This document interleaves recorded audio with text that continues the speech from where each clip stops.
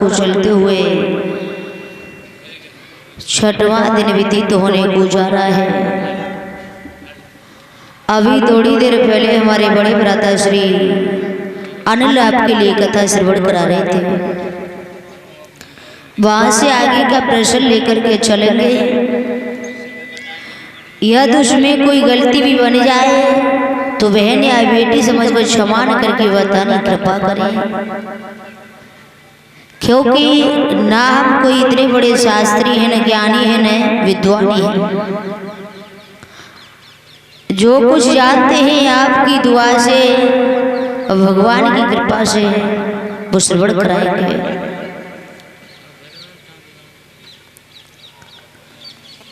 इधर कैलाश पर्वत पर बैठे हुए भगवान भोलेनाथ गौरा मैया को समझा रहे थे और इधर सूत जी महाराज सोनका दृश्यों को समझाने लगे। गंगा मैया की रमण रेती में बैठे हुए महात्मा सुखदेव जी, व्यास नंदन सुखदेव जी उत्तरानंदन परीक्षित को जिस समय समझाने लगे हैं, परीक्षित महाराज ने दोनों हाथ जोड़े जवाब दियो है कि दीन बंधु, भगवान कन्हैया ने मथुरा नगरिया में कारागृह के बीच में जन्म लियो है और उसके बाद गोकुल में पहुंचे, बहुत सारी लीलाएं की हैं। अब इससे आगे मुझे समझाइए। तो सुखदेव जी महाराज कहने लगे, हे राजन परीक्षित,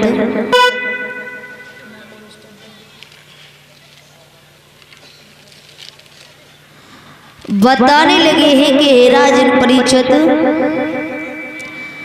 भगवान कन्हैया ने जिस समय कारागृह के बीच में जन्म लिया है, इधर गोकुल में भगवान कन्हैया पहुंचे हैं और कारागृह के बीच में वो देव की मैया बिलख रही थी। ये भी एक समय होता है, किस्मत होती है। परीक्षित महाराज कहने लगे कि दीन बंधु,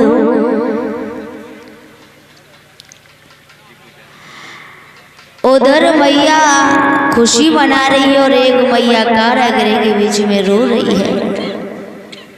ये भी समय की बात है। परीक्षित महाराज कहने लगे, दीन बंधु, 7 दिन का श्राप लगा हुआ है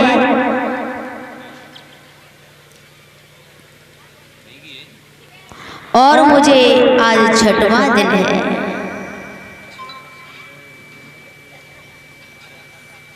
अब मैं इस गंगा के तट पर बैठा हुआ हूं, लेकिन दीन बंधु, मुझे ये भी पता है कि मेरा उद्धार हो जाएगा। फिर भी आप हमें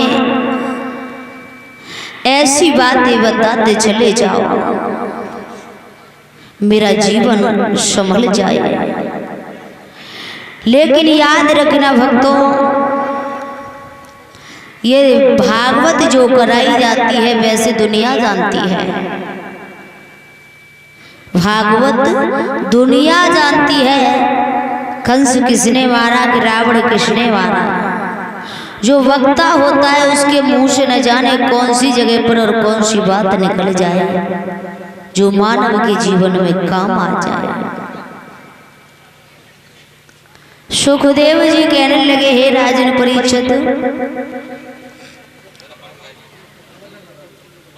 मानव अपनी व्यवस्था पर स्थित नहीं है और मनुष्य अपनी मानवता छोड़ता जाता है, लेकिन पशु कभी अपनी मानवता, पशु कभी भी अपनी व्यवस्था से दूर नहीं होता है। और देखा जाए तो जो मनुष्य होता है वो मनुष्य कभी नहीं कर सकता है, और मानव के अंदर तो इतना दिमाग और दम दिया है, लेकिन फिर भी मनुष्य वही काम करता है जो मनुष्य, जो पशु करता है। मनुष्य भोजन करता है तो पशु भी करता है। मनुष्य बच्चे पैदा करता है तो पशु भी करता है। मनुष्य सोता है तो वो भी सोता है, भोजन भी करता है, भजन भी करता है। फिर मानव में और पशु में क्या अंतर हुआ? अंतर सिर्फ ये है कि पशु अपनी व्यवस्था में ही व्यवस्थित है, अपनी व्यवस्था को छोड़ नहीं सकता है, अपनी रास्ते को छोड़ नहीं सकता है, अपने धर्म को छोड़ नहीं सकता है, और ये मनुष्य छोड़ देता है। जैसे शेर और गाय अपनी व्यवस्था में व्यवस्थित है। शेर को कितनी भी भारी भूख क्यों न लगी हो, शेर कभी घास नहीं खा सकता है। और गाय को कितनी भी भारी भूख क्यों न लगी हो, लेकिन कभी गाय मांस नहीं खा सकती है। जब शेर घास नहीं खा सकता है और गाय कभी मांस नहीं खा सकती है, तो ये मानव क्यों अपने धर्म को छोड़ता जाता है? अपने धर्म को, अपनी मानवता को नहीं भूलना चाहिए। लेकिन भैया ये मनुष्य अपने ऊपर इतना घमंड कर बैठता है।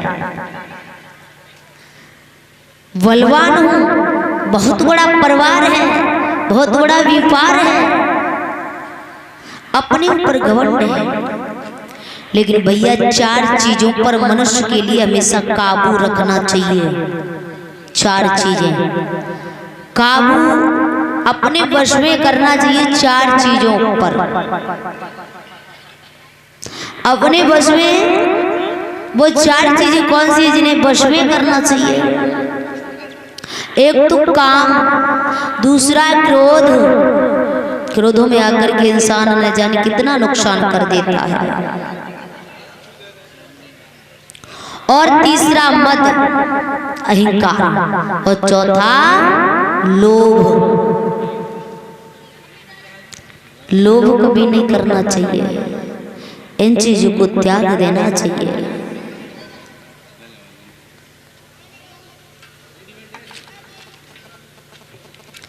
सुखदेव जी महाराज कहने लगे, हे राजन परीक्षित, 4 चीजों पर दया करनी चाहिए। एक तो निर्धन, जिसके पास कोई धन नहीं होता है, अमीर को तो दुनिया देख लेती है, लेकिन गरीब को कोई नहीं पूछता है। तो एक तो निर्धन, दूसरी नारी, उस पर दया करनी चाहिए।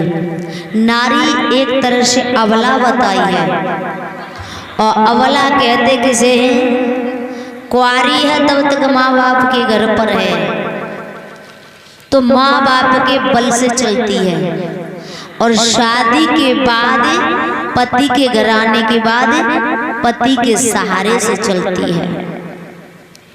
और पति का भी साथ छूट जाए तो उसे किसी का सहारा नहीं है, और जब सहारा नहीं है तब वो एक अबला है।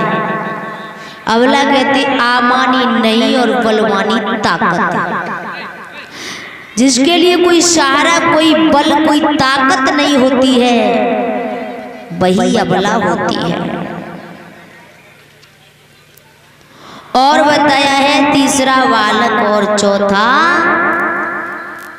जो वृद्ध होते, बुढ़ापा आ जाता है, उन पर दया करनी चाहिए, क्योंकि दुनिया दया करती है जवानों पर, लेकिन जो वृद्ध होते हैं उन पर दया कोई नहीं करता है। सुखदेव जी महाराज कहने लगे, राजन परीक्षित, 4 चीजों पर मानव को विश्वास करना चाहिए। वो 4 चीजें हैं। मानव एक दूसरे पर भरोसा करता है, लेकिन एक दूसरे पर नहीं। विश्वास करो अपने कर्म के ऊपर, पहला भरोसा करो भगवान के ऊपर। हम जो कर्म कर रहे हैं, बुरा कर्म करेंगे तो बुरा फल हमें जरूर मिलेगा, और अच्छा कर्म कर रहे हो तो भरोसा करो, विश्वास करो, परमात्मा हमें अच्छा फल देगा। दूसरा धर्म, और तीसरा सत्य, और चौथा कर्म। इन पर भरोसा करना चाहिए। 4 को बिल्कुल त्याग देना चाहिए। 4 चीजों को बिल्कुल त्याग देना चाहिए। एक तो स्वार्थ, जो स्वार्थ का व्यवहार करता है मानव, एक दूसरे से तुम्हारा मतलब निकल गया, जब तक मतलब हल नहीं हुआ तब तक पूछते हैं बात, और मतलब निकल गया सो ही मार देते हैं लात। ये है मतलब का व्यवहार, स्वार्थ का व्यवहार। दूसरा होता है निंदा, दूसरे की बुराई करना। दूसरे की बुराई कभी मत करो कि ये गलत है। खुद ठीक हो तो सामने वाला भी ठीक है। और तीसरा बताया है झूठ। झूठ हर जगह पर नहीं चल पाएगी, झूठ बोलना बंद कर दो। इंसान से आप झूठ बोल सकते हो, लेकिन भगवान से थोड़ा ना बोल लोगे। बोलो झूठ, बोलना भी ठीक है जहां तुम्हारा झूठ चले जाए। जैसे तुम्हारे झूठ बोलने से गाय की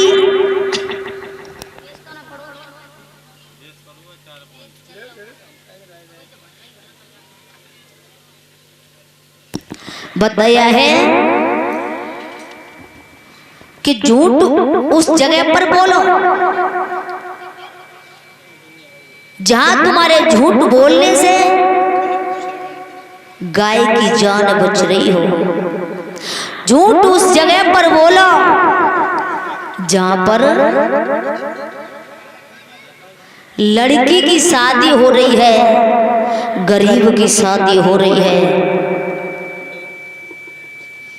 वहां झूठ बोलना चाहिए।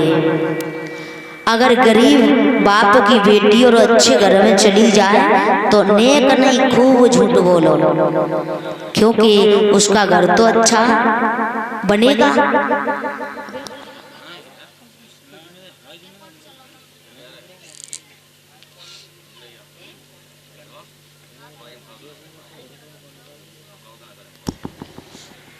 तो कहने का मतलब यह है। दूसरी और चौथी चीज बताई है चोरी। चोरी कभी नहीं करनी चाहिए, और इसीलिए भक्तों बताया है इंसान पैसा भी कमाता है और पैसा भी जरूरी है, पर झूठ मत बोलो, क्योंकि जब दुनिया में यदि झूठ बोलोगे तो झूठ से डर नहीं जाओगे। क्योंकि बताया है झूठा हाथी झूठा घोड़ा, झूठा आगे झूठा दौड़ा, और झूठा बांधा झूठा छोड़ा, झूठा राजा रानी है। झूठी काया झूठी माया, झूठे झूठे धंधे लाया, और झूठा मुआ झूठा जयाया, झूठी जागी बानी है। झूठा सोवे झूठा जागे, झूठा दूजे झूठा भागे, और झूठा पीछे झूठा आगे, झूठा झूठी मानी है। और झूठा लिया झूठा दिया, झूठा खाया झूठा पिया, और झूठा सौदा झूठा दिया, ऐसो जिया प्राणी है। जो दुनिया में सबसे ज्यादा झूठ है, लेकिन भैया झूठ भी उसी जगह पर चलता है जहां चलेगा वही लिमिट के अनुसार। तुम बिल्कुल झूठ बोलते रहोगे, 100 में 100 बात अगर झूठ बोलोगे तो नहीं चल पाएगी, नहीं चल पाएगी। और झूठ अगर 10 में तुमने एक आध बात कह दी तो चल भी सकती है, लेकिन यदि तुमने पूरे में पूरी बोली तो नहीं चल पाएगी। और चोरी, माया, इन चीजों से हमेशा दूर रहो। चोर और जुआरी का, शराबी, व्यभिचारी का, चरित्रहीन नारी का और साथ ना कीजिए। नेता दगेबाज से, नारी बेलिहाज से, जादू नशेबाज से बात मत कीजिए। ओलों की बरसात में, गुंडों की जमात में, झगड़े की बारात में पाँव ना दीजिए। और कोड़ी जकाया बादल की छाया का, ठगनी जा माया का विश्वास ना कीजिए। बता तो यहाँ तक दिया है, लेकिन भैया सुखदेव जी महाराज कहने लगे, हे राजन परीक्षित, इसीलिए कहते हैं कि जब दुनिया में मानव आया है, ना कुछ लेकर आया है ना कुछ लेकर जाएगा। और जिस दिन जो दुनिया से डोली उठेगी उस टाइम पर कोई साथ नहीं निभाएगा। क्या भरोसा है इस जिंदगी का, साथ देती नहीं है किसी का। बताया है, इसलिए बताया है कि भावना जगा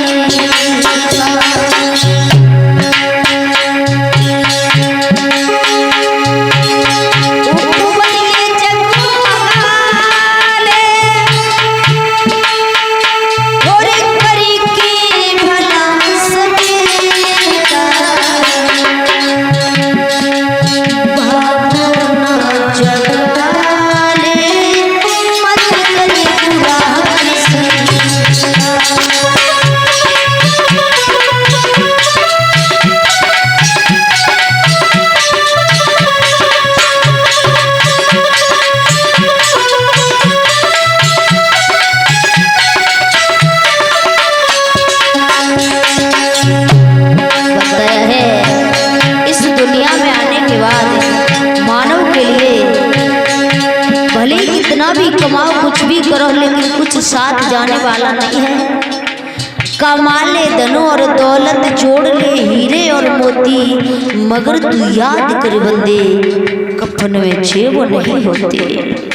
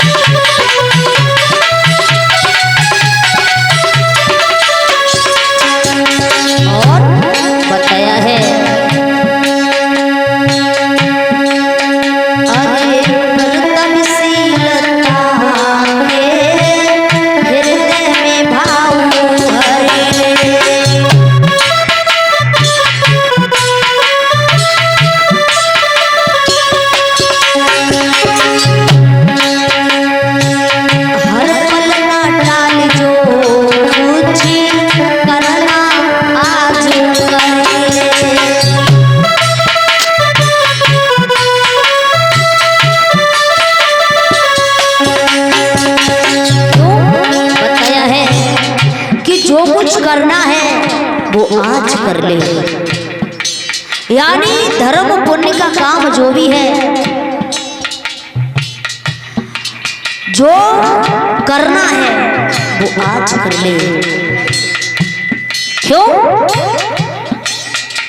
धर्म का काम जो करेगा और जितनी टालेगा उतना तुझे दुखदाई होगा, और जितनी जल्दी करना चाहेगा वो अच्छा रहेगा।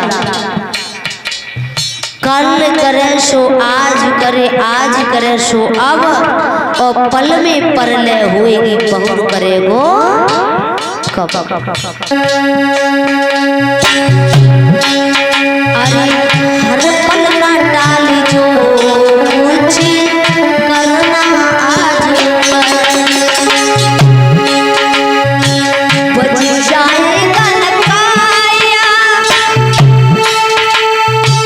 बच जाएगा नकाया तेरा चला चलेगा। बाबू मत करी बुरा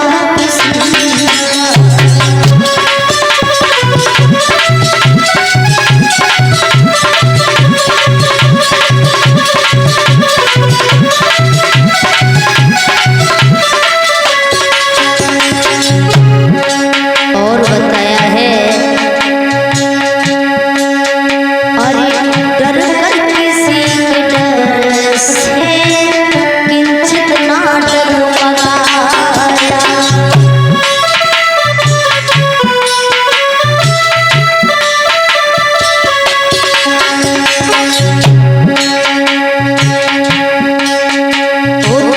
निश्चित जगह पे अपनी मंजिल बढ़ दिया।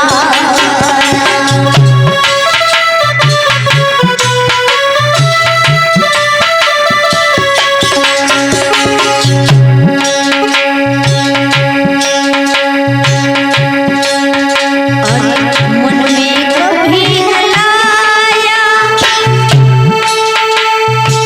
मन में कभी न लाना ऐसा सुबह वसीला।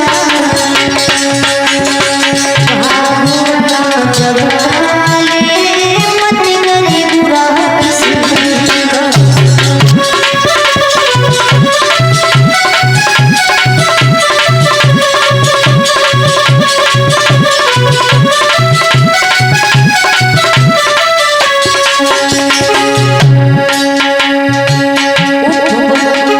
उपबनिए जगमगाने, उपबनिए जगमगाने, हुर करके बना से भावना जब डाले मत करी बुरा किसी का।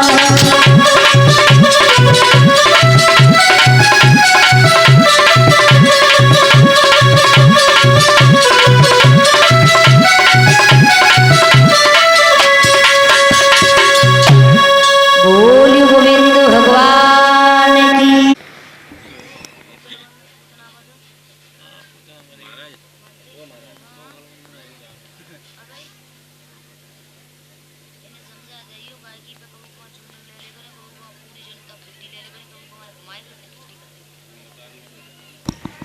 हाँ,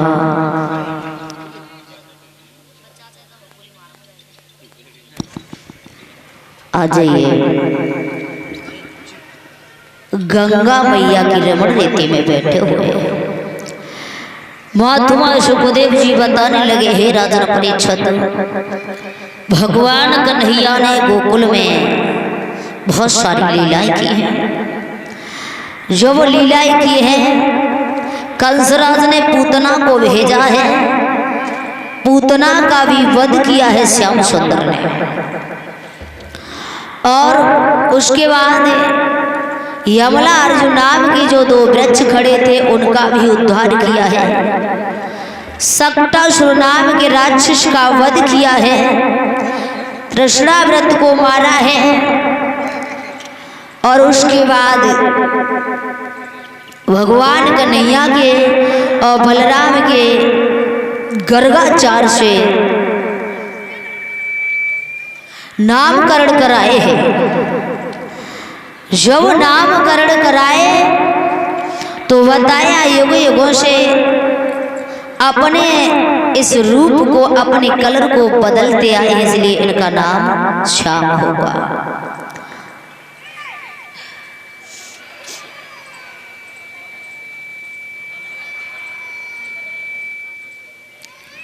और ये 51 रुपये रमलेश यादव गमुरिया के रहने वाले 51 रुपये से सम्मान करते हैं। 10-10 रुपये शास्त्री मंडल के लिए और 20-20 रुपये कलशवारी कन्याओं के लिए देते हैं। भगवान से प्रार्थना करते हैं मुरलीधर कन्हैया के लिए आगे बढ़ाता रहे, समाज में सम्मान मिलता रहे, ठाकुर जी की दया दृष्टि बनी रहे। और भैया जैसे ही देखा है भगवान कन्हैया के नामकरण हुए हैं, उसके बाद में श्याम सुंदर ने बहुत सारी लीलाएं की हैं। वृंदावन में आए हैं और वृंदावन की तराई में, गोवर्धन की तराई में आकर के बहुत सारी लीलाएं की हैं। ग्वाल वालों के साथ में मैया से हट करने के बाद और रोजाना गाय चराने को जाते हैं।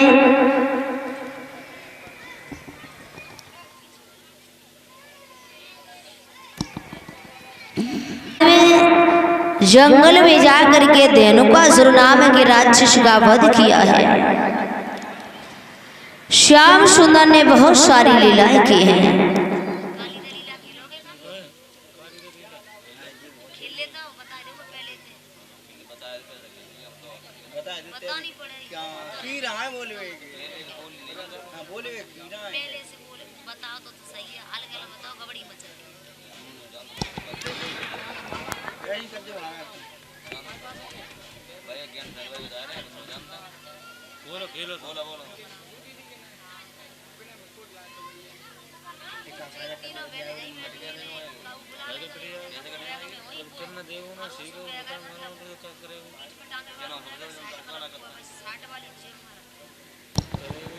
भैया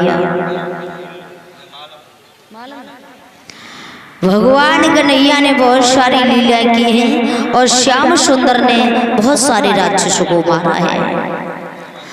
जैसी बहुत सारे राक्षसों को मारा है तो इधर क्या देखा कि श्याम सुंदर ने राक्षसों को मार दिया है। अब इधर कन्हैया का सितारा चौचंद होने लगा है, कंस का सितारा मंद होने लगा। जब मंद होने लगा है भोजराज कंस उदास होने लगा है।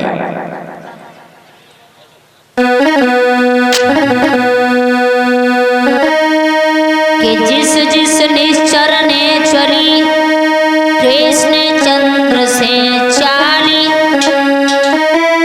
गया काल के काल में वह पापी तत्काल। श्याम सुंदर ने जितने राक्षस थे सबको मार दिया है और जो मार दिया उदास होने लगा है कंस। किसी ने मुझे ये नहीं बताया अगर कन्हैया कैसा है कैसा नहीं है, बड़ा दुख हुआ है। भोजराज कंस को तो नारद ने बीड़ा उठा हुआ है और नारायण नारायण करते हुए चले आए हैं। कहाँ? भोजराज कंस के पास में। सोच रहे थे कब इसका पाप का घड़ा कितनी जल्दी भरे और कितनी जल्दी ये कंस मरे, सोच रहे थे। धुआं को बंद करवा दे, कुछ रखवा दे, खको वो मत जाए, रखवा दे सब भरा